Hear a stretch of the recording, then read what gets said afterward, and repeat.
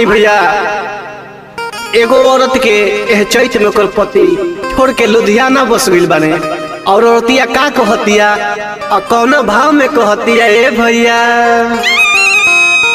चैत के लहर कहर बहुते बढ़ावता, चैत के लहर कहर बहुते बढ़ावता, चोरली जमुनिया में अगिया लगावता।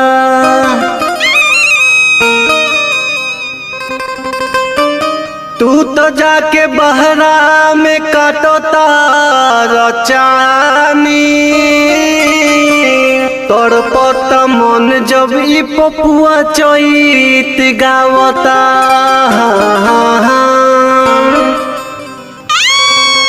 मारे रोज रे ताना, मारे रोज रे ताना, मारे रोज ई ताना, मारे रोज ई ताना। जब जब बहे पूर्वा बयरिया बेधता खजाना, जब जब बहे पूर्वा बयरिया बेधता खजाना। मारे रोज रे ताना, मारे रोज रे ताना, मारे रोज रे ताना, मारे रोज रे ताना।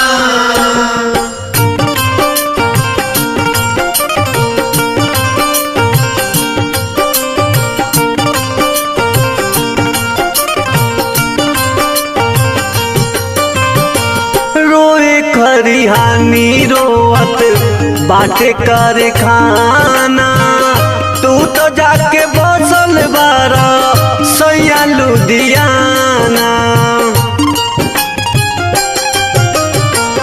रोए खरिहानी रोआ ताटे कारखाना, तू तो जाके बसल बारा सैया लुधियाना।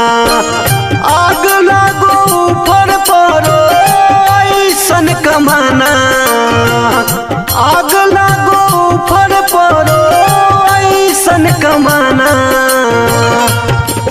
मारे रोज रे ताना, मारे रोज रे ताना, मारे रोज रे ताना, मारे रोज रे ताना। सुतल बाड़ काहे तू दलानी में, सुतल बाड़ काहे तू दलानी में।